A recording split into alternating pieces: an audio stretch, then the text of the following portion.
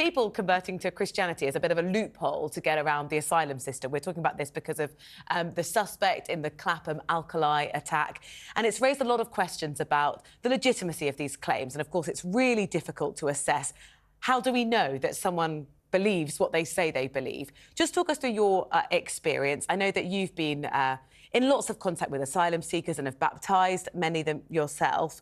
What kind of things are you weighing up when someone comes to you and says, Reverend Sally, I have this conviction now, I want to be a Christian? How do you assess the legitimacy of that? It's incredibly difficult. I'm not going to say it's easy. And I think no person goes into ordination and becomes a member of the clergy with the idea that they may then become de facto Home Office, interviewers. And it is incredibly difficult. And I would say that all clergy want to really invest in the people that come to the church. And it is quite a personal thing as well. You know, it's not just about, OK, I'm doing this job and this person's saying this to me, and I now have to decide whether they're telling the truth or not. And I don't think I need to tell you that nobody can look into another person's heart and can say, oh, yes, this person is genuinely a Christian. But when you go and, when you decide to support someone on that journey of baptism, you are expected to take them through a course, so they learn the fundamentals of the Christian faith, and you have conversations. And it's actually like a discernment process. It's not just a decision. Like, you're going through a class, you're going to school, oh yeah, now you've passed the test. It is very much a discernment a process, and you're watching the person, you're having conversations with the person, and you're looking for changes in that person's lifestyle, the choices that they're making, the conversations that they have with other people. Do you think you're being taken for a ride though, Reverend Sally? To be honest, on a couple of occasions, I definitely have been. And that hurts a lot. Again, that's not just a straightforward, oh, this is my job and that person's, I've been proved wrong, because you invest a lot of personal time and effort with people. And, I'm going to be totally honest and say not every person that I've baptised has been genuine. And towards the end of my ministry in the Church of England, I stopped giving letters. Or I would give a factual letter to say, yes, this person attended this course and they were baptised on such and such a date.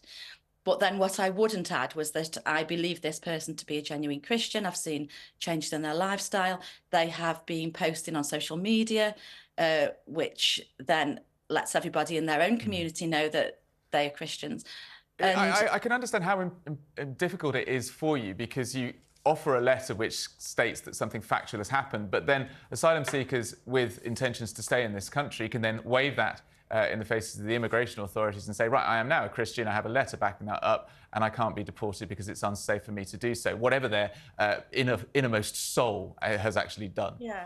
And but actually it's far more nuanced than that, because I've written letters, I've been in appeals in court with several people, and if you've just got a letter that says this is what happened, that is sort of a signal to the judge. And what a judge would want to see, and what barristers would be arguing about, is what is the surrounding evidence. Has this person been very public about their faith? Are they bringing members of their own family to church? Are they bringing other Muslims to church? Are they putting things on social media which would then alert people in other countries, members of their community in other countries, that they are Christians? What evidence are you seeing? So a letter just isn't enough. And I think it's a bit of a fallacy to say they can just get a letter and say, OK, a baptism certificate, now I'm a Christian. The Home Office definitely want to see a lot more than that. And members of the clergy, have to give vocal testimony in court and, sort of argue with barristers, really, to give evidence why they believe this person is a Christian. And I did that for one person who turned out not to be genuine, and I just stopped doing it. I started to say to people, you're very welcome to come to church. I'm happy to take you through a baptism course, but I don't go to court with people. Sally, that's for you. It must be frustrating that you're spending your time when you're supposed to be looking after the members of your congregation, ending up in this really political process. Exactly. And that just isn't what clergy want to do. And, the thing about it is parishes and churches want to help people.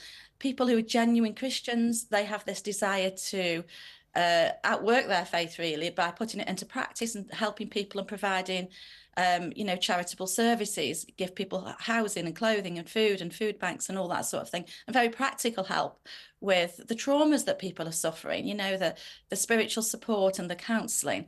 And churches do a tremendous amount of work in that area, and that's a natural thing to want to do. But personally, what I found, I can still do that, but separate conversion to Christianity from that mix. So Sally. now I'm still very involved with asylum seekers. We run from a YMCA, and I don't even work for the Church of England anymore. Interesting. Sally, listen, it's really lovely to speak to you. I'm really sorry to cut you off, but we've run out of time. Really